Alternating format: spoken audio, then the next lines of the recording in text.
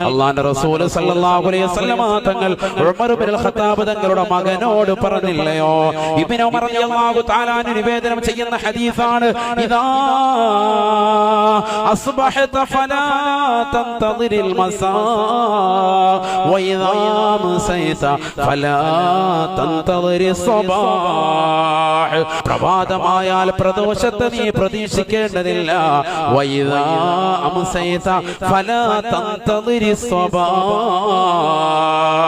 പ്രദോഷമായി കഴിഞ്ഞാൽ, സൂര്യൻ അസ്തമിച്ചു കഴിഞ്ഞാൽ, വൈകിട്ട് ഉറങ്ങാൻ കിടക്കുന്ന മനുഷ്യ സഹോദര, പ്രിയപ്പെട്ട സഹോദരി, നീ കരുതേണ്ടതില്ല രാവിലെ ഞാൻ നേരം വിളിപ്പിക്കുമെന്ന്. പ്രദോഷമായാൽ പ്രഭാതത്തെയും പ്രതീക്ഷിക്കണ്ട എന്ന് നബിയുനാ റസൂലുള്ളാഹി സ്വല്ലല്ലാഹു അലൈഹി വസല്ലം